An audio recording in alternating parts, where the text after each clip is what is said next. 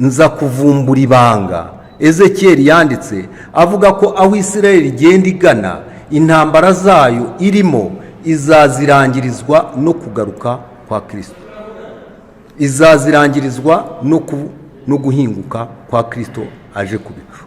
Niwe uzahagarika iyo ntambara.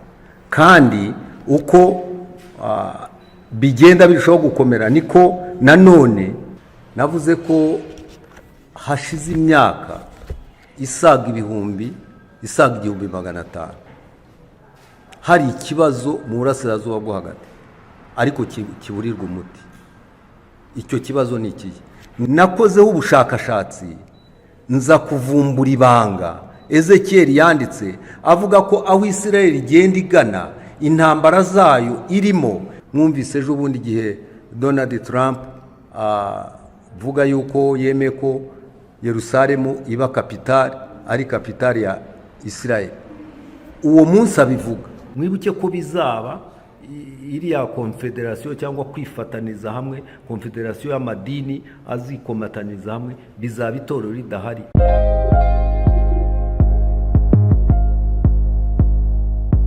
Nitwa Revera Pasteur Rwibasira Vincent, abandi umupasiteri mu itorero rya Bethesda Holy Church.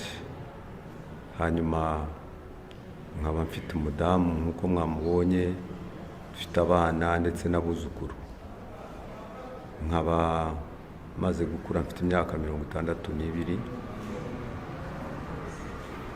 Nakiriye Yesu Kristo nk'umwami n'umukiza wanjye ubu hashize imyaka 46, kandi nahawe inshingano yo kuba umupasiteri ubu nabwo hashize imyaka 34 ndi mu nshingano z'ubupasiteri. Nakirijwe mu itorero rya ADPR, ni naho nigiye amashuri yanjye ya teoloji, ndetse mpakora n'umurimo w'Imana igihe kinini, kugeza igihe rero Imana ishimye kunkoresha mu itorero rya Bethesda Holy Church. Mbere ya byose rero ndabashimira ko mwitabiriye ubutumire bwacu kandi mukaza mwabikereye.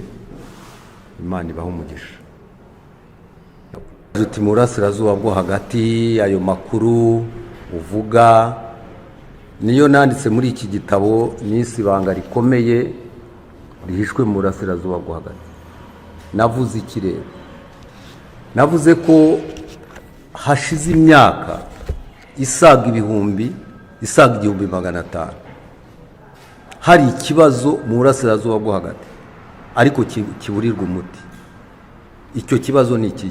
Ni ikibazo cy'intambara zashyamiranije Abisirayeli n'Abarabu, cyane cyane Abanyepalestina. Amahanga yose, hafi yose, yagerageje kwinjira muri iki kibazo.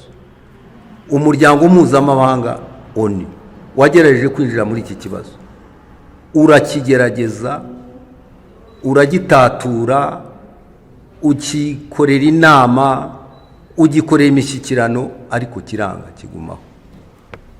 Ikibazo kirakomeza kibaho. Haba imishyikirano hirya no hino, abaperezida bakomeye ba Amerika n'abo mu Bwongereza baragerageza, ariko biranga. Noneho ahubwo icyo kibazo kigasa n'igishaka no kugonganisha n'andi mahanga, cyane cyane amahanga y'Abarabu. Hafi ibihugu byinshi by'Abarabu bigashaka kukinjiramo byose.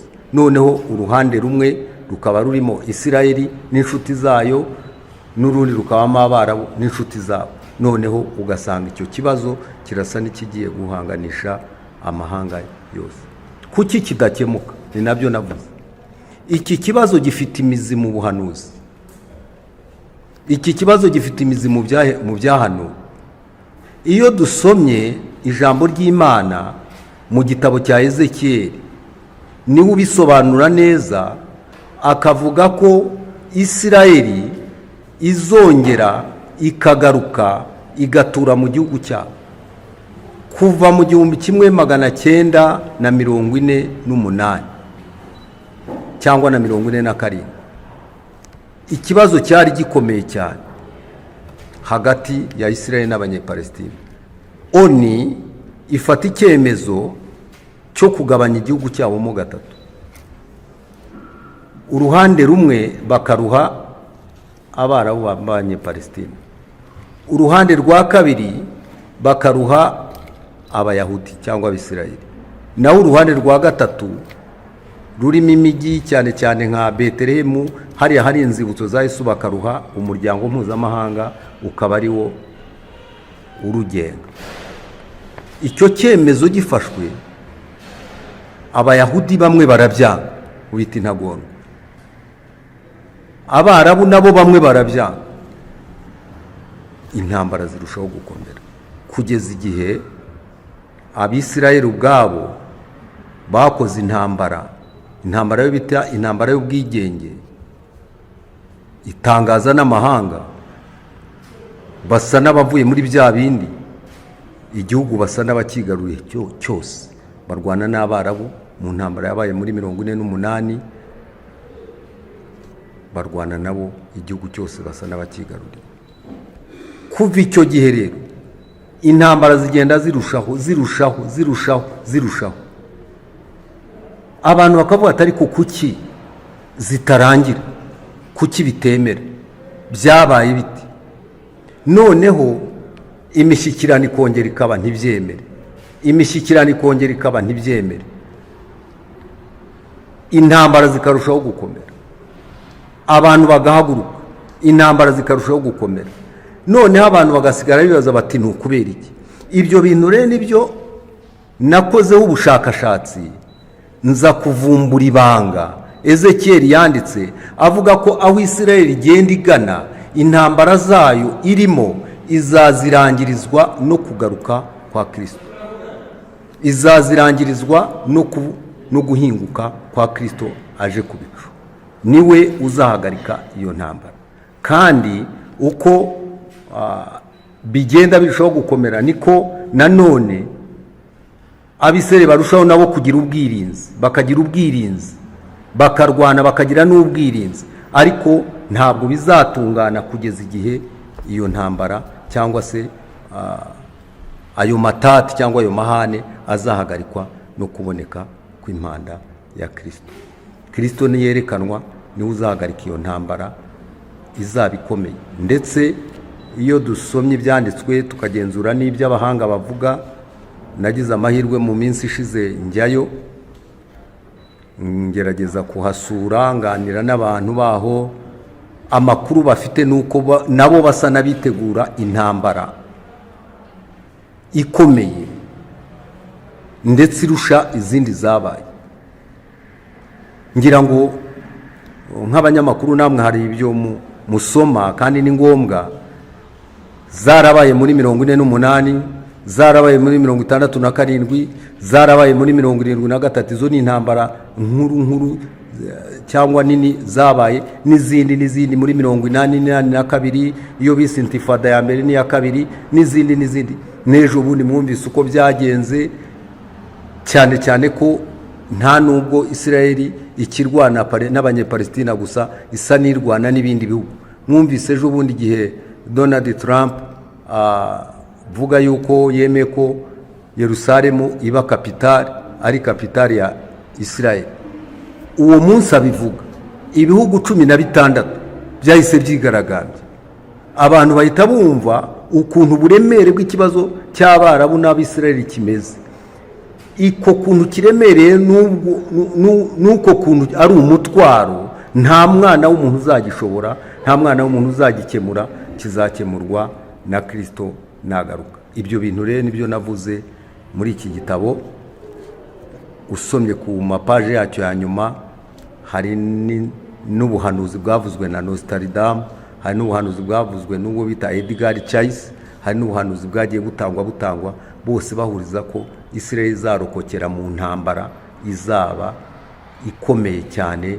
Ezekiyeli yavuze mu bice 37 na 38 avuga ko ari intambara ya Gogi na Magogi, ariyo izatera Isirayeli, hanyuma Isirayeli ikarokorwa no kuboneka kwa Kristo muri iyo ntambara. Ngira ngo ibyinshi umuntu yabibona asoma iki gitabo, ariko ngibyo ibyo mvuga cyane muri iki gitabo urakoze cyane. Reka mpere kuri icyo cya nyuma. Kudatsindwa kw'abayahudi gushingiye ku kintu kimwe cyitwa amasezerano. Kuba baravuzweho n'Imana ikabiyitirira ikabita ishyanga ryabo ni imwe mu ntwaro ituma badatsindwa. Nimwibuke babaye mu Misiri imyaka 400, bagomba kurimbuka bagashirirayo, ariko ntibyakunda. Ndetse abafarawo bagerageza kubarimbura igihe bicaga abana b'abahungu bose, Mose akarokoka, ntibyakunda. Mwibuke ko babaye mu Peresi, umwami Ahasuwerusi afatanije na Hamani bagerageza gutegura neza, byanarangiye kubamara. Byari byarangiye rwose, ngira ngo abenshi muri abakristo musoma Bibiliya n'abadukurikiye byari byarangiye, itegeko ryatanzwe, amafaranga yamaze gushyirwa kuri konte y'umwami, ibintu byose byarangiye, abayahudi bagomba kurimbuka ngo bashire. Ariko gato gusa bararusimbuka, babaho, bagumayo kugeza igihe itegeko rya Kuro ryatanzwe. Ndabibutsa ko na Kuro watanze iryo tegeko ntabwo ari umuyahudi, Kuro ni umunyamahanga. Ariko ni watanze itegeko aravuga ngo abayahudi aho bari hose bataha iwabo, kandi umuntu wese wo muri bihugu barimo abaha icyo bamusaba cyose. Muri iyo minsi abayahudi bazaga ku nzu bakavuga bati turashaka izahabu, kazibaha, utikomye. Barataha barabitahana, ntibapfa ntibarimba, baragenda bajya mu mahanga. Mu 1941 na 2 na 3 na 4 Hitireri n'abanazi baragerageza kugira ngo babamare, batangaza ko hapfuye miliyoni 6. Ariko kigutangaza nabo bacika cumu babo bongeye bagasavayivinga, bakabaho, bakirema, bakagira imbaraga, kugeza igihe batashye bagasubira muri Palestine. Icyo kintu cyerekana isezerano. Ngewe nari ejo bundi ndeba ukuntu bakontorora ikirere cyabo, bafite ukuntu bakontorora ikirere. Noneho ubu ngubu ngo bakoze za misile zitwa back to sender. Iyo hari igihugu cyoherejeho misile iragaruka igasubiraho ivuye, ikaba ari bo ishwanyuza. Ibyo bintu se wabivuga ni igihugu cy'isezerano. Hanyuma kucyo warumbajije uti ese ibya Gogi, ndararikira abantu gusoma iki gitabo, nabisobanuye byose uko biri. Gogi wo mu gihugu cya Magogi, iyo dusomye kuri iyimuka, amateka avuga iyimuka ry'abantu bava mu burasirazuba bwo hagati bakwira hirya no hino, aba bahungu Gogi n'uwo mu rubyaro rwa Nowa, rw'abana ba Nowa. Za emigrasiyo, uko abantu bagiye bimuka, byerekana ko abo bantu ari bo batuye muri Ulysses cyangwa mu Burusiya bw'uyu munsi wa none. Icyo ntavuga ngo ngihamye ni ukuvuga ko iriya ntambara ya Ukraine n'Uburusiya yaba yototera, oya, ntabwo iriya ari kwiri.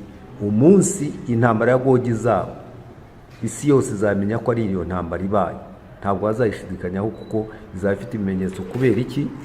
Amahanga menshi ngo azifatanya na Gogi, ab'Ipute, abo mu Peresi n'abahe, nk'uko tubisoma muri Ezekiel 37. Amahanga yose azaba yifatanije agiye kurwanya Isirayeli. Naho ubu ibiri kuba ubu ni ibisanzwe. Ibyo gukora za forum z'amadini biratandukanye n'ibyo ngibyo bindi. Uyu munsi icyo turiho mu Rwanda ni ukugereza guhuza abanyarwanda n'imbaraga zabo kugira ngo bazamuke. Ntabwo rero wahuza abantu batatanye. Nkanjye nabaye mu buyobozi bwa forum mu karere ka Gasabo, nari umunyamabanga wabo mu mwaka ushize. Icyo dukora ni iki mu guhura? Ni kwa kundi guhurira kuri mituweli, ni kwa kundi guhurira ku bikorwa by'amajyambere, ni kwa kundi guhurira ku bikorwa bizamura umunyarwanda, tutarobane ngo ni umusilamu, uyu ni umukatolika. Ahubwo turashimira n'Imana kuba mu Rwanda bikunda, tukaba tutaryana, twe duhura n'abayisilamu tukicarana. Mu bindi bihugu murabizi abakristo bamwe ntibicarana n'abayisilamu. Twe rero iyi unity twashyizwemo n'ubuyobozi bwiza bw'igihugu cyacu ni ikintu cy'umumaro, ntaho bihuriye n'ibyo. Nibiba biriya bintu, mwibuke ko bizaba iriya konfederasiyo cyangwa kwifataniza hamwe, konfederasiyo y'amadini azikomataniza hamwe, bizaba itorero ridahari byaragiye. Ubu rero itorero riracyahari, muhumure, rirabibuza, ntabwo bizaba itorero ryaragiye. Ntabwo bisanzwe ubundi ko umuntu amurika ibitabo bine icyarimwe, ariko njye ngiye kubikora kubera impamvu ebyiri. Impamvu ya mbere, nanditse ibitabo byinshi, ntabwo ari ibi byonyine. Nanditse ibitabo byinshi bitarajya ahagaragara. Cya kabiri, nako nkiri kuri icyo, nkaba ntashobora rero gufata kimwe bikaba byatwara igihe kirekire. Impamvu ya kabiri, ibitabo ngiye kumurika uyu munsi ni ibitabo bifite insanganyamatsiko isa naho ifatanye. Ni ibitabo by'ubuhanuzi, ni ibitabo birimo amagambo y'ubuhanuzi. Igitabo kimwe iyo ugisomye n'ikindi usanga bifite aho bihurira, cyane cyane bivuga ku buhanuzi bwerekana ibihe isi igiye kujyamo mu bihe biri imbere, kandi ibihe bitari byiza. Ubuhanuzi rero bukaba bwarabivuze kuva kera. Igitabo kimwe nanditse ni igitabo nise ubuhanuzi bwa Daniyeli.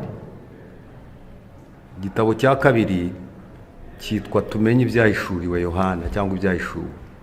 Igitabo cya gatatu cyitwa ibanga rikomeye rihishwe mu burasirazuba bwo hagati. Ibyo bitabo rero uko ari bitatu bifite ubuhanuzi buhura, bukavuga kuri ibyo bihe, bukavuga ku bintu isi igiye guhurira nabyo mu bihe biri imbere. Bukaba ari ubuhanuzi bwatanzwe kera, abantu bagenda basa n'ababwibagirwa. Nanditse ibitabo rero kugira ngo nongere nibutse abantu, nongere nibutse abanyarwanda, nongere nibutse abadukurikira bari hirya no hino ko ubwo buhanuzi bugiye kuzasohora mu bihe bidashyize kera, nubwo tutazi umunsi cyangwa se igihe. Ibi bitabo bihurira ku magambo amwe, wenda navuga. Ubuhanuzi bwa Daniyeli nanditsemo iki gitabo nanditse kirerekana ibisobanuro, kigaragaza ibisobanuro by'ubuhanuzi Daniyeli yavuze ku bwami buzategeka isi, uhereye kuri Babuloni ukageza kuri Roma n'ubundi bwami bwakurikiyeho ubwo yagereranije n'ibumba n'ibice by'ibyuma. Iki gitabo kandi kikavuga ku ntambara Isirayeli yarwanye n'izo izakomeza kurwana, kikanavuga ku bintu bitandukanye cyane birebana n'ishyanga rya Isirayeli. Igitabo cy'ibyahishuwe cyo kikavuga ibyago bikomeye bizatera ku isi, bizaba ku isi, cyane cyane nyuma yo kuzamuka kw'itorero. Ibyo bintu nibyo nibanzeho cyane, ngira ngo bigende bite, ngira ngo nereke abantu, mbabwire, mbakangurire kubimenya, kugira ngo abantu bafate umwanya wo kwitegura, kuko isi izahura n'ibibazo bikomeye itorero rimaze kugenda, kandi kizaba ari igihe cyo gukora kwa Antikristo. Ngibyo ibikubiye mu gitabo cy'ibyahishuwe na Daniyeli. Igitabo cya gatatu cy'ibanga rikomeye kiravuga, gikometaniriza hamwe ibintu bizaba noneho itorero rimaze kugenda, uko Isirayeli izaba imeze, uko izamera n'uko yagiye imera mu bihe byose byatambutse, mu myaka yatambutse. Isirayeli yabayeho ite? Isirayeli kuki yagize intambara zikomeye zikanga gushira? Icyo gitabo cyerekana iherezo ry'izo ntambara n'aho zigana n'icyo zizabyara mu bihe bigiye kuza. Ibitabo rero uko ari bitatu bikaba ari ibitabo nasaba abantu bose gusoma no gukurikirana, bagakurikirana ubwo buhanuzi, cyane cyane ko nanabyise ibitabo by'ubuhanuzi, cyangwa se ibitabo mu rundi rurimi bavuga ngo ni apocalyptique, cyangwa se ibitabo bihishura amabanga y'ibintu bigiye kuzaba. Hanyuma igitabo cya kane nacyisirinde guta igihe cyawe. hirya yo kumva ibyo bintu byose, ndasaba abantu muri icyo gitabo kwirinda gutinya, mbereka ko igihe gihenda, igihe kirahenda, igihe ni amafaranga nk'uko bamwe babivuga, kandi igihe cyagiye ntikigaruka. Hamwe no kumenya uko ibihe bizagenda, hamwe no kumenya ibiri imbere, hamwe no kumenya ibigiye kubaho, abantu birinde gutakaza igihe mu bidafite umumaro, abantu birinde gutakaza igihe mu bintu bitabafitiye agaciro, ahubwo bamenye neza, basobanukirwe uko bakwiye kumera n'uko bakwiye guhagarara. Nk'uko nabivuze, aya ni amagambo y'imiburo, ni amagambo y'imbuzi, kandi ziburira umuntu wese, ukomeye, uworoheje. Muri ibi bitabo hagiye harimo amashapitire menshi akwereka Daniel yavuze iki kuri ibi, akwereka Yohana yavuze iki kuri ibi, nubwo kandi aba bahanuzi batari bahuye, nubwo nta naho bahuriye, ko Daniel yabayeho mu kinyejana cya 6 mbere y'ivuka rya Yesu, Yohana abaho mu kinyejana cya mbere nyuma y'ivuka rya Yesu, ntibaziranye. Ariko uratangara cyane iyo usanze ubuhanuzi umwe yavuze n'undi yarabusubiyemo bakabuhuriraho. Ibyo bintu rero nibyo kwitabwaho n'abantu, abantu nibongere bikebuke, abantu nibongere biteho cyane kumenya ko ibihe tuganamo atari byiza na gato, cyane cyane ko umugeni wa Kristo arimo yitegura, ari we torero, arimo arategurwa kugira ngo atahe, kandi namara gutaha nk'uko nabivuze, ibyago bikurikirana bizataka isi cyangwa se bizatera ku isi, kandi icyo gihe ntabwo abantu bazaba bagishoboye kugarura igihe cyagiye. Niyo mpamvu navuze ngo abantu birinde guta igihe, nibiramuka bije ntabwo abantu bazagarura igihe cyagiye, kandi nta nubwo bazabona uburyo bwo kwihana, nta nzira izaba iriho, nta mwanya uzaba uriho, nta buryo buzaba uriho bwo kwihana. Iki ni igihe rero Imana ihaye abantu kugira ngo abantu babimenye. Nkifuza rero gufatanya namwe gukwiza ubu butumwa, kubwira abantu ubu butumwa kugira ngo babimenye, bitegure kugaruka kwa Yesu.